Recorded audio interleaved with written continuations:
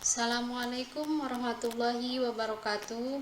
Alhamdulillahirrabbilalamin. Pada kesempatan kali ini kita diberikan nikmat sehat walafiat oleh Allah Subhanahu wa Ta'ala, sehingga kita bisa belajar dengan penuh semangat dan menyenangkan. Baiklah, kita langsung saja kepada pembahasan untuk pelajaran akidah akhlak kelas 7 bab pertama pada semester pertama.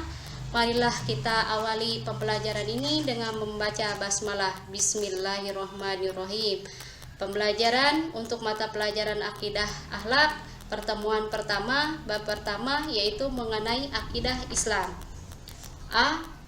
Pengertian akidah Islam. Makna akidah secara bahasa berasal dari kata aqoda yaqidu aqidatun, yang berarti ikatan atau perjanjian. Para ulama memberi pengertian akidah sebagai berikut.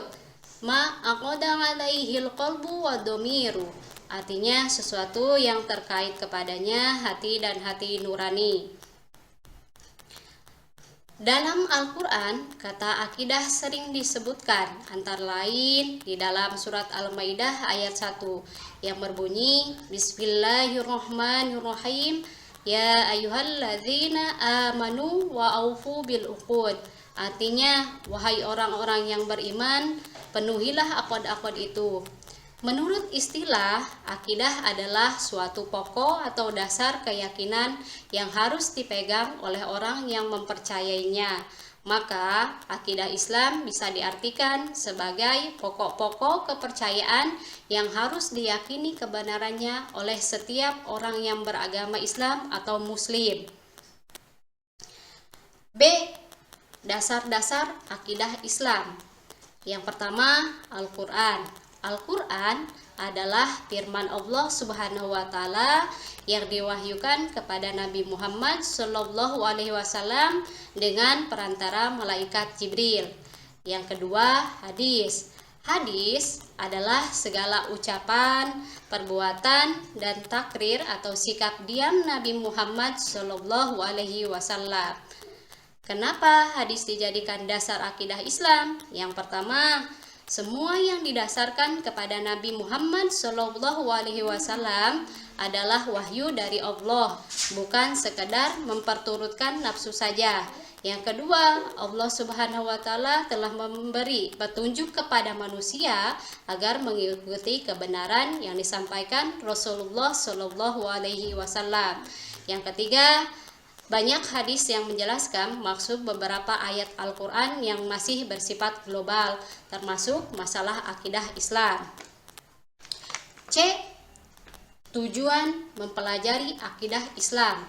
Yang pertama, untuk memupuk dan mengembangkan dasar ketuhanan yang telah ada sejak manusia lahir. Yang kedua, untuk menghindarkan diri dari kemusyrikan. Yang ketiga, untuk menghindarkan diri dari pengaruh akal pikiran yang menyesatkan. Yang keempat, memupuk dan mengembangkan dasar ketuhanan sejak lahir. Kalau kalian semuanya sudah paham, coba sekarang kalian kerjakan soal berikut ini. Yang pertama, jelaskan pengertian akidah menurut bahasa. Yang kedua, jelaskan pengertian akidah menurut istilah. Yang ketiga, apa pengertian akidah Islam? Yang keempat, sebutkan dasar-dasar akidah Islam. Jelaskan. Yang kelima, sebutkan tujuan mempelajari akidah Islam. Baik, itulah pembahasan kita dalam kesempatan kali ini. Semoga kalian bisa memahami dengan baik dan diamalkan dalam kehidupan kita sehari-hari. Mari kita jaga keimanan dan ketakwaan kita kepada Allah Subhanahu wa Ta'ala. Demikianlah pembelajaran yang dapat Ibu sampaikan. Ibu ucapkan terima kasih. Kurang lebihnya mohon maaf. Assalamualaikum warahmatullahi wabarakatuh.